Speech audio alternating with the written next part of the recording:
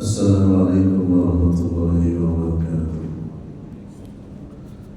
Alhamdulillahi tayyiban mubarakan fihi kama yuhibbu rabbuna wa yarda. Asyhadu an la ilaha illallah wahdahu la syarika lah wa asyhadu anna Muhammadan abduhu wa rasuluhu amma ba'd.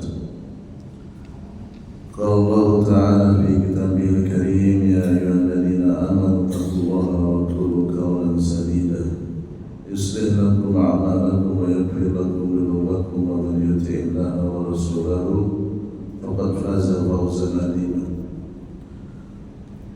Wa qala Rasulullah sallallahu alaihi wa ala alihi wasallam, inna Allaha yubghidu kulla 'alimin bidunya jahilin bil akhirati. Jamaah salat maghrib Masjid Sirajul Islam rahimani wa rahimakumullah. Alhamdulillah, kita bersua kembali dalam kajian rutin membahas kitab Undul. Kali ini saya membawakan dua rangkuman kitab Undul.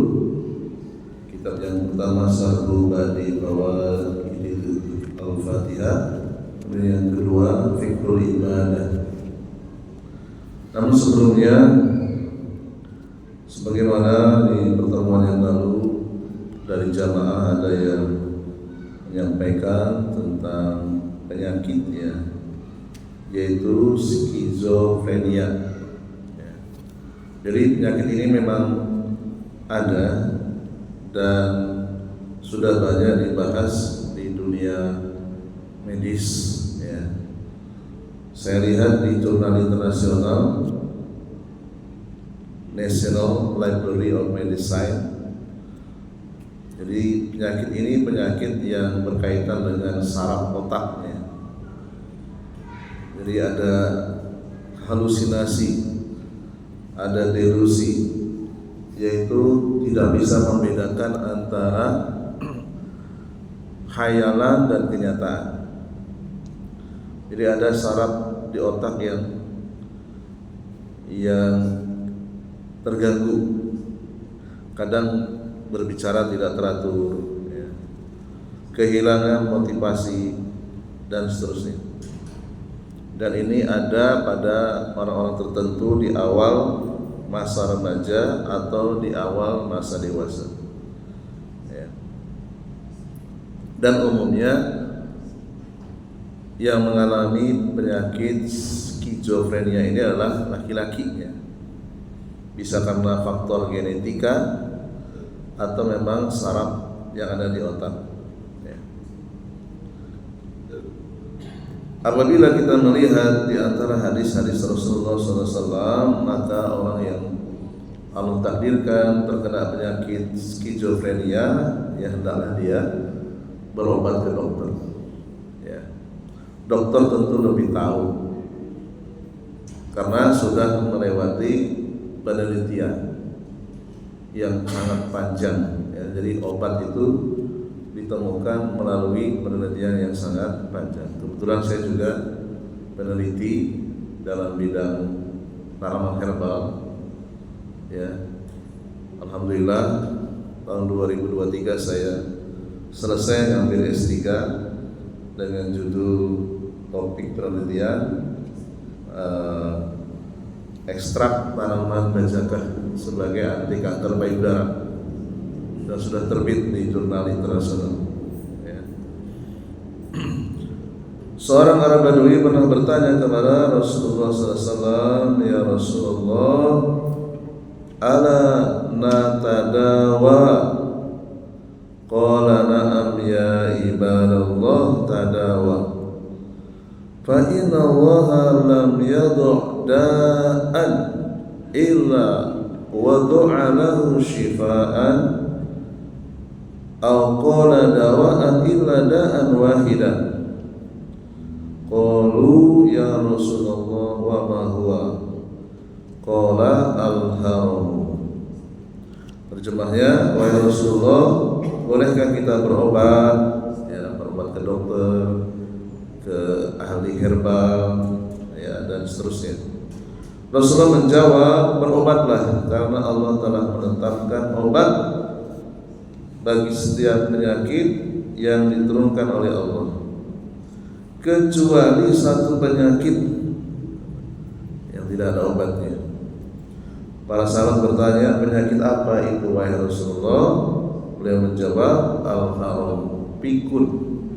Di pikun itu tidak ada obatnya. Hadis riwayat Tirmidzi, beliau mengatakan hadis ini hasan sahih, diriwayatkan dalam Sahih Al-Jami nomor 2930. Yang paling memungkinkan bagi kita sebelum mencapai usia di atas 50 tahun atau di atas 60 tahun, Rasulullah SAW telah menyampaikan doa perlindungan dari pikun, ya. Karena orang pikun itu tersiksa, ya. Kadang dia tidak bisa pulang ke rumahnya, keluar pergi kemana nggak bisa pulang, tersesat. Ya, saya punya tetangga itu sampai hari ini nggak diketemukan, nggak entah di mana, nggak bisa pulang, ya. Karena pikun.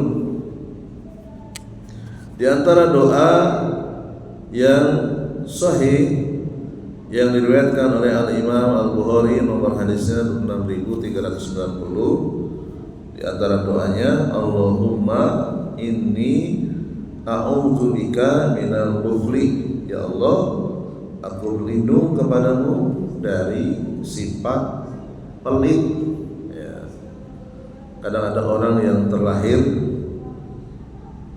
bawaan lahir sifat pelit. Dia tahu sifat pelit itu jelek. Nah, dia lawan, dia latih, ya, bagaimana dia gemar berinfak, gemar bersedekah, dan diiringi dengan berdoa kepada Allah SWT. Dan itu bisa disembuhkan, ya. Wa a'udzubika minal jubni, dan aku berlindung kepadamu ya Allah dari sifat pengecut, ya. Sifat pengecut itu diantaranya adalah tidak jujur, ya, pengecut, ya. Tidak mau mengakui kesalahan, ya, malu meminta maaf, nah itu pengecut, ya. Wa a'udzubika min an nuradda ila ardalil umuri. Nah, disinilah kalimat inti dari berlindung dari pikun. Aku berlindung kepadamu dari nuradda, dikembalikan, ila arzalil umuri, kepada seburuk-buruk umur. Maksudnya pikun, ya. Wa a'udzubika, dan aku berlindung kepadamu min fitnatid dunya wa adzabil qabri, dari ujian, dari fitnah dunia dan siksa kubur. Doa ini doa yang diucapkan oleh Rasulullah SAW. Apabila kita mengamalkan, ya, kita dapat banyak faidah. Faidah yang pertama, kita mencontoh Rasulullah SAW. Faidah yang kedua, apabila kita ikhlas berdoa dan yakin, ya, kita akan dikabulkan doanya, ya. Kemudian berobat ke dokter berdasarkan surat Al-Isra ayat 82. Kalau kita baca sejarah di kitab Ar-Rahiq Al-Maktum, Rasulullah itu pernah menyewa dokter dari dokter Nasrani, pernah. Gak ada masalah. Yang penting dokter itu amanah, tidak khianat, boleh, ya. Allah SWT mensunahkan berobat berdasarkan hadis yang tadi, ya. Jadi kita ke rumah sakit, ke puskesmas, jadi kita harus niatkan bahwa ini adalah sunnah Nabi. Jadi kita mengeluarkan duit pun berpahala, gitu. Jangan kemudian aduh rugi duit kita keluar, enggak, itu sunnah itu. Kalau nggak ada yang sakit, dokter nggak punya penghasilan, ya, klinik tutup, ya, itu adalah sistem, ya, yang dirancang oleh Allah SWT agar manusia itu saling membutuhkan. Yang tidak ada rumah sakit adalah ketika di surga. Di surga nggak ada rumah sakit karena nggak ada orang yang sakit. Jadi berobat ke dokter, ke puskesmas, ke mantri itu sunnah. Dan juga apabila memang kita jauh ya dari rumah sakit gitu ya, maka Al-Quran ini bisa menjadi alternatif gitu ya, bisa jadi alternatif. Mungkin uang nggak punya gitu ya, kendaraan nggak ada yang ngantar ya, maka Allah SWT mengatakan wa nunazzilu minal Qur'ani ma huwa shifaa. Kami turunkan dari Al-Qur'an sesuatu yang menjadi penawar. Penawar di sini bisa maknanya luas ya. Bisa penawar kotoran yang ada di dalam batin, entah itu kesyirikan, kemaksiatan ya, ataupun penyakit yang ada di dalam tubuh manusia. Jadi umum ya. Jadi seluruh ayat Al-Quran itu bisa dijadikan penawar. Mana yang kita hafal kita bacakan dengan niat minta kesembuhan ya. Jadi apa saja, surat apa saja, ayat apa saja dibacakan, diniatkan untuk menyembuhkan penyakit yang ada dalam tubuh kita, atau ingin menyembuhkan saudara kita, keluarga kita, enggak ada biaya ya, bisa dengan membacakan Al-Quran, namanya ruqyah. Karena Al-Quran itu adalah sifat Allah. Yang namanya sifat Allah itu pasti sempurna, tidak ada cacatnya, tidak ada kekurangan ya. Al-Quran itu sifat Allah ya. Tapi anehnya kita di negeri Islam banyak kaum muslimin yang belum meyakini kalau Al-Quran itu adalah undang-undang yang paling sempurna. Kalau itu dipraktekkan selesai seluruh permasalahan yang ada di negeri kita ya. Masalahnya tidak semua orang itu mau datang hadir di majelis ilmu. Di Al-Quran itu sifat Allah. Sifat Allah itu sempurna. Kalau itu dijadikan pedoman, selesai semua permasalahan. Bahkan banyak orang-orang di luar Islam ketika mereka berada di negeri yang diatur dengan Al-Quran, itu mereka pun aman, mendapatkan keadilan ya. Berbeda ketika mereka berada di negeri yang tidak menjadikan Al-Quran sebagai pedoman hidup, mereka pun merasa tidak aman. Betapa banyak ya orang-orang Nasrani di negeri kita yang tidak mendapatkan keadilan ya, dibunuh, pembunuhnya ya tidak dihukum dengan seberat-beratnya ya. Betapa banyak orang-orang di luar Islam yang dizalimi, yang diperkosa, yang dicuri, tapi pelakunya tidak dihukum dengan seadil-adilnya. Tapi ketika mereka menjadikan Al-Quran sebagai pedoman, semua manusia itu mendapatkan keadilan ya. Dan ini adalah tugas yang sangat berat bagi para ulama, bagi para kiai ya, bagaimana mendekatkan umat kepada Al-Quran. Karena Al-Quran itu ucapan Allah yang didengar oleh malaikat Jibril, lalu kemudian dibacakan di hadapan Rasulullah SAW, dihafal oleh beliau, disampaikan kepada para sahabat, terus diteruskan kepada para ulama, kepada para kiai, sampailah ke masjid ini ya. Jadi Al-Quran itu kalamullah dan dijamin keterpeliharaannya ya. Seandainya ada orang yang memalsukan satu harokat saja, satu huruf saja, pasti ketahuan ya. Jutaan muslim dan muslimah itu banyak yang menghafal Al-Quran ya. Ada sebuah negara yang penghafalnya paling banyak, namanya Mauritania, negara Afrika ya, Mauritania. Itu mereka sejak kecil ya, sebelum umur 17 tahun itu bagi mereka itu aib kalau belum hafal Al-Quran. Negeri Mauritania, metodenya mereka kalau menghafal itu minimal 500 kali pengulangan supaya tersimpan memorinya di otak ya. Boleh nanti dicek di YouTube itu ya. negeri penghafal Al-Quran, Mauritania, banyak sekali. Ya, Al-Quran itu terjaga, satu harokat saja dirubah pasti ketahuan. Ya. Berbeda dengan kitab-kitab sebelumnya, itu sudah ditambah dan sudah dikurang, bahkan sulit untuk dihafal. Ya, mantan misionaris siapa namanya, Dr. Yahya Waloni, gitu ya. Ya, beliau melakukan penelitian sampai ke Yerusalem.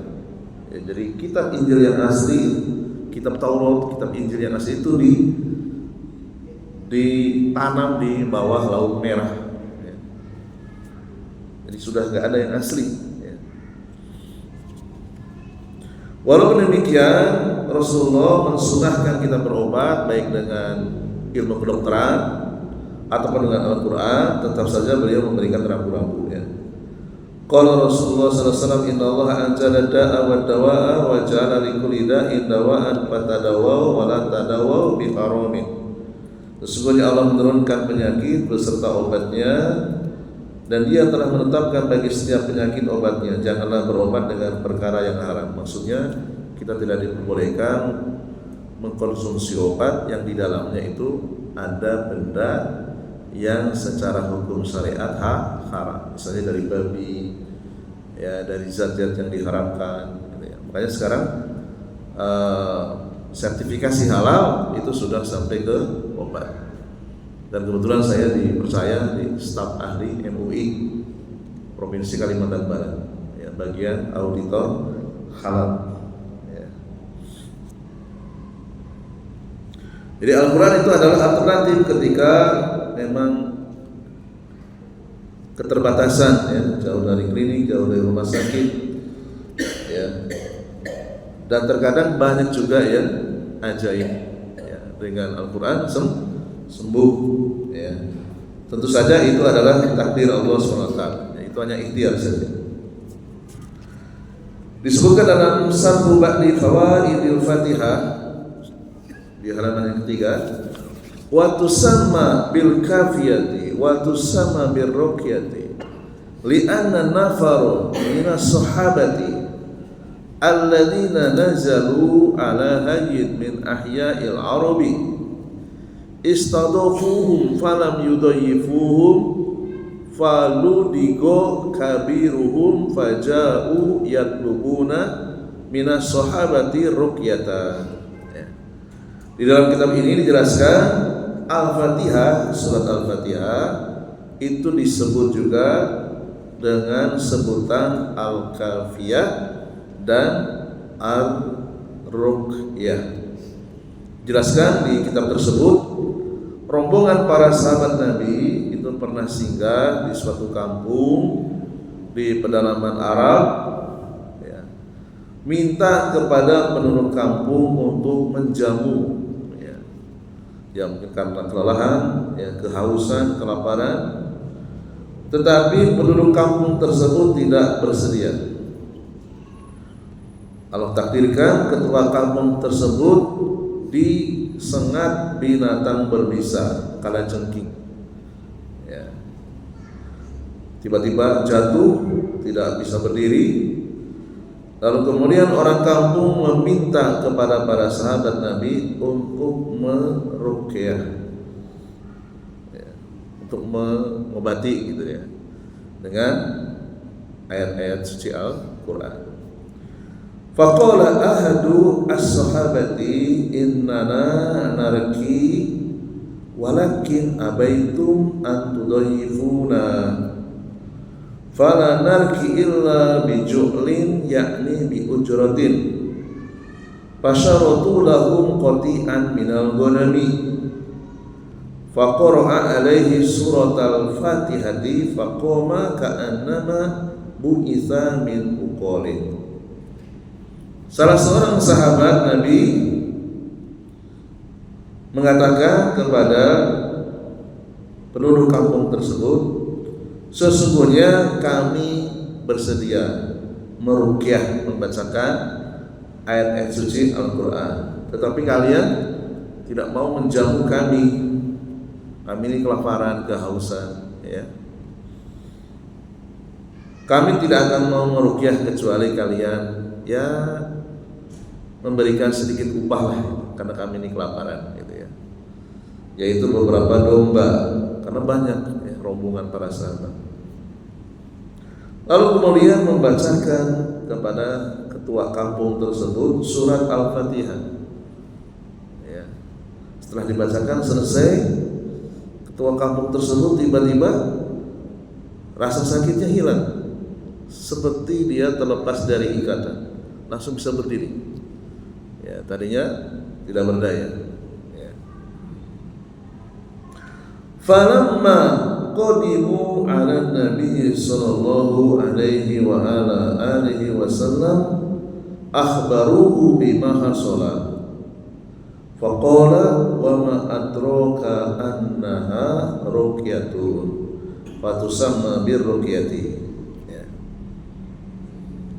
Ketika para sahabat mendatangi Nabi sallallahu alaihi wasallam, mereka menceritakan ya, perihal ruqyah dengan Al-Fatihah. Jadi para sahabat itu berinisiatif membaca surat Al-Fatihah lalu menyampaikan yang kami lakukan ini salah atau benar, kira-kira begitu. Gitu ya.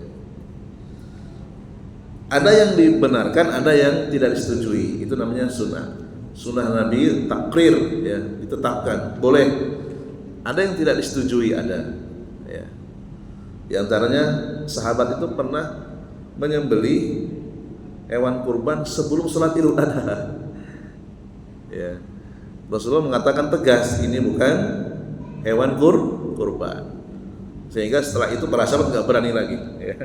Jadi kalau menyembelih hewan kurban setelah sholat Idul Adha, artinya tidak semua yang dilakukan oleh sahabat itu disetujui oleh Rasulullah. Nah, yang ini disetujui oleh Rasulullah SAW. Ya, apa jawaban Rasulullah? Wa ma adraka annaha ruqyatun. Tahukah kamu surat Al-Fatihah itu dinamakan surat ruqyah. Artinya Rasulullah memberikan takrir, memberikan persetujuan. Kisah ini dicantumkan dalam hadis riwayat Bukhari. Nomornya ada 3 nomor itu, ada 4 nomor, 2276, 5007, 5736, 5749. Imam Muslim meriwayatkan dengan nomor hadis 2201. Ya, jadi cukup panjang ya cerita para sahabat yang meruqyah dengan membacakan surat Al-Fatihah, dan kita bisa mengamalkan ini karena sudah diberikan persetujuan. Dan berdasarkan ayat yang sebelumnya, Al-Isra ayat 82, semua Al-Quran itu umum boleh dibacakan untuk diri kita sendiri atau untuk saudara kita. Ya, diniatkan untuk menghilangkan penyakit. Kalau memang tidak punya uang untuk beli obat, ya, jauh dari dokter, ya, tidak mampu, ya, itu bisa jadi alternatif. Ya. Rasulullah SAW juga beliau sering berobat, ya, sering berobat, meminum madu, ya, meminum ya tanaman-tanaman yang bisa dijadikan obat.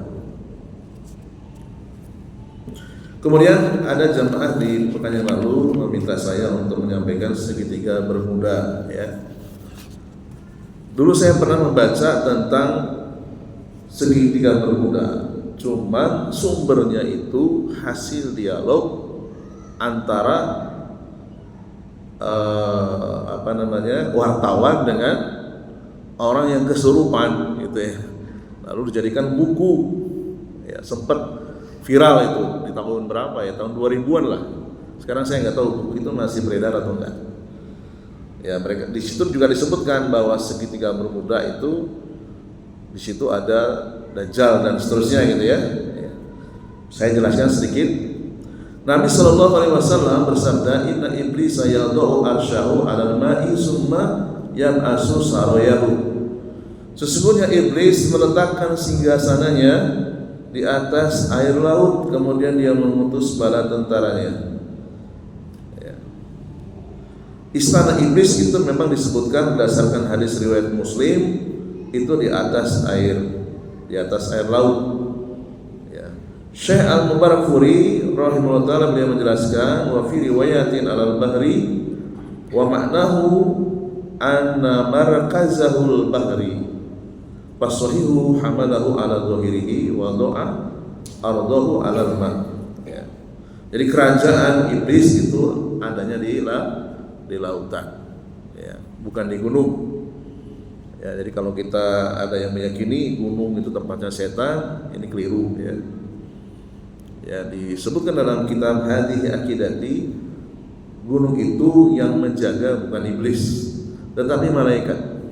Ya, gunung, bahkan matahari, bulan, bintang itu yang menjaga malaikat. Ya, disebutkan dalam kitab Hadhihi Aqidati. Yang sahih yang kita pahami hadis ini sesuai dengan teksnya, sesuai dengan lafaz yang datang dari Rasulullah SAW. Ya. Dan tidak bisa dipastikan kerajaan iblis itu berada di segitiga Bermuda.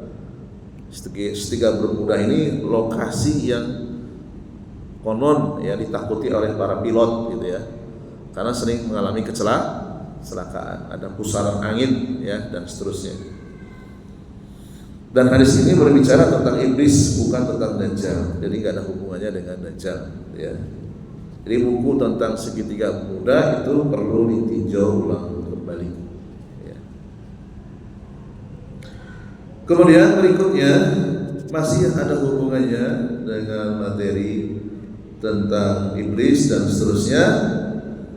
Saya ambil dari kitab Fiqhul Ibadati halaman 72 sampai dengan 73. Yang namanya iblis, setan, kejahatan mereka selain membisikkan bisikan jahat kepada manusia, mereka juga terkadang ya menyihir ya, seseorang, menyihir, menyantet ya, yang dimintakan oleh orang yang kafir, orang yang jahat ya.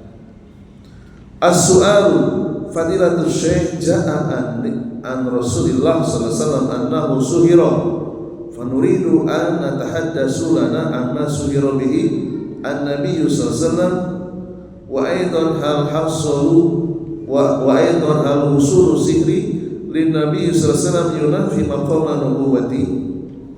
Yang mulia Syekh, ada kabar, ada berita dari Nabi SAW bahwa beliau pernah disihir.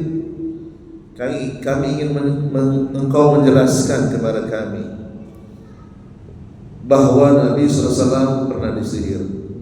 Apakah sihir tersebut mengenai Nabi SAW bisa membatalkan kedudukan beliau sebagai Nabi?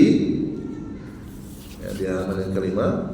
Al-jawabu sabata fi sahihaini wa ghairihima anna nabiyya sallallahu alaihi wasallam suhira lakinna hadha sihra lam yu'athir alaihi minan nahiyati at-tashri'iyyati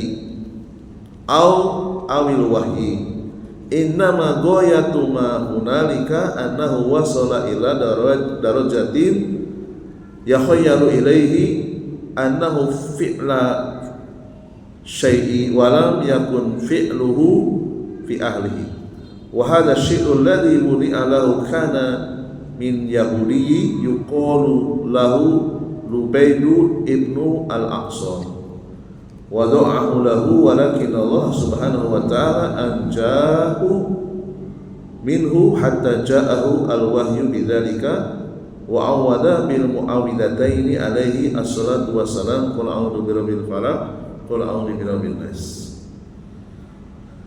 Dan memang benar adanya disebutkan dalam Sahih Bukhari Muslim dan kitab hadis lainnya bahwasanya Nabi SAW pernah terkena sihir. Bisa dicek di hadis riwayat Bukhari nomor 3228, riwayat Imam Muslim nomor 2189.